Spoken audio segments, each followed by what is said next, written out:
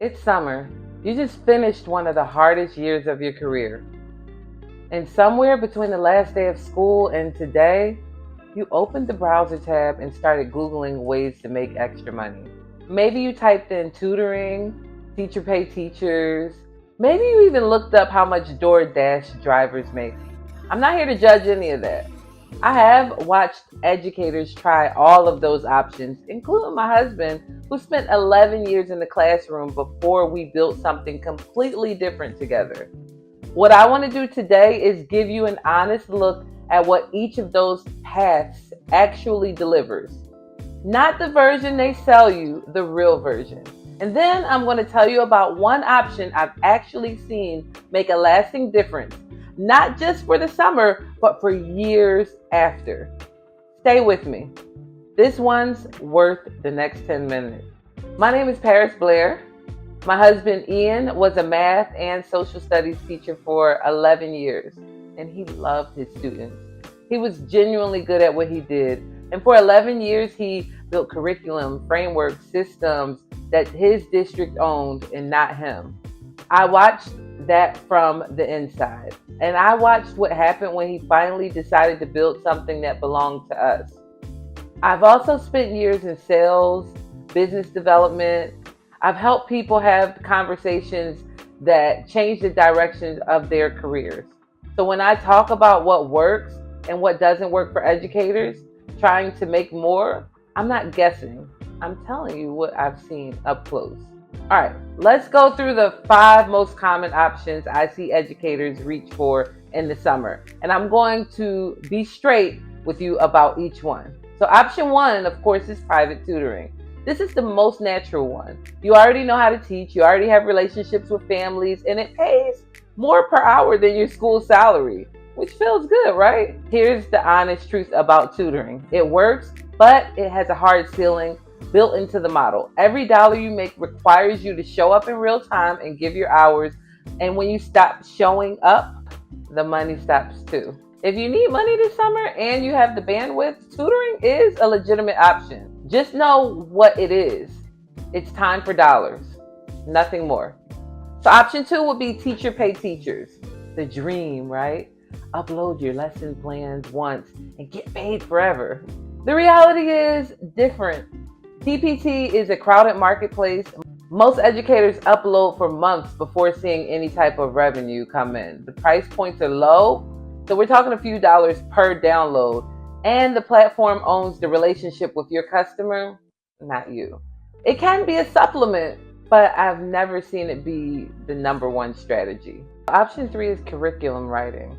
This one pays better than it used to, and it's legitimate work. But here's what I want you to notice. You are still building in someone else's system. You write the curriculum, you follow their guidelines, you keep the IP, and when the contract ends, you take nothing with you. Sound familiar? It should. It's the same dynamic as your school job. The only thing that's different is the employer. Option 4, summer school and teaching camps. Steady, low stress to start, familiar environment. But I want to ask you something honest. If part of what wore you down this year was the structure, the directives, the feeling of being managed rather than trusted, does more of that structure actually give you what you need this summer?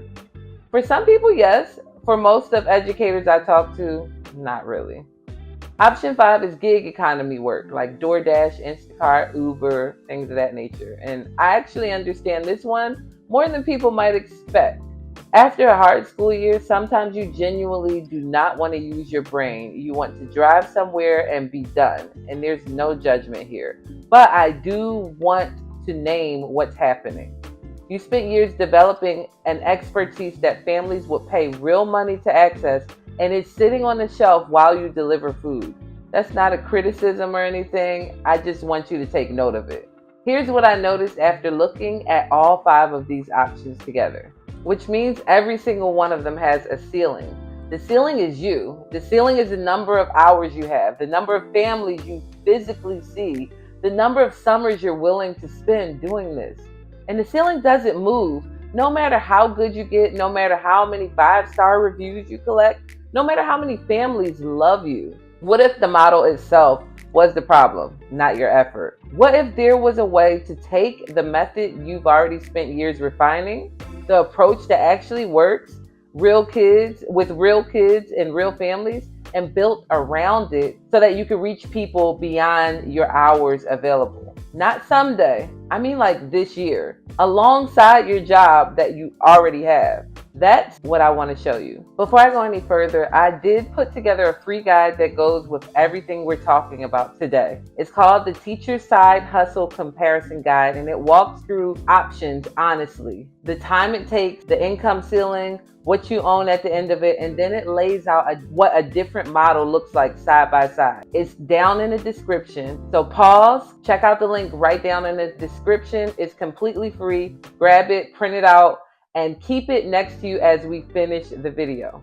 Okay, now, a teaching business is not a side hustle. It is not tutoring with a fancier name. It's not a course that you build and hope someone buys. It is taking the method you have already refined, the framework you use with your students already, the systems you built over years doing this work, and packaging it so that the families, educators, or professionals who need it most can find you and access it directly. Not through a district or anything, not through a vendor, but literally directly through you.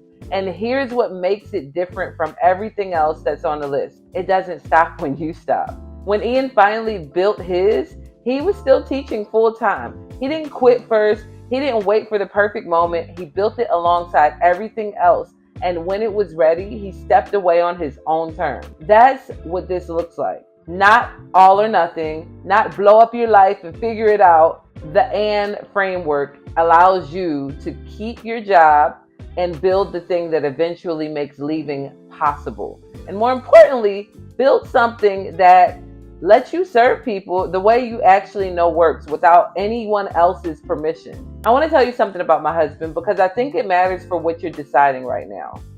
Ian spent 11 years building out things and systems and curriculum that his district owned and not him.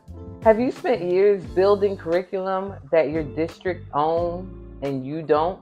Have you built frameworks that other teachers borrow? Have you designed systems that actually work for the students?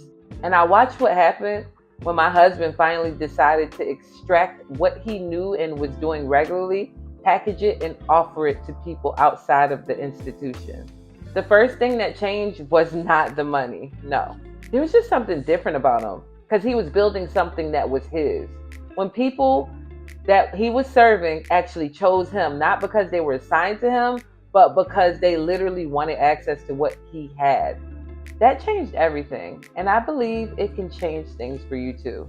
If what I just described, building something that reaches further, that belongs to you, that doesn't require you to trade every free hour for $1, I made something specifically for you.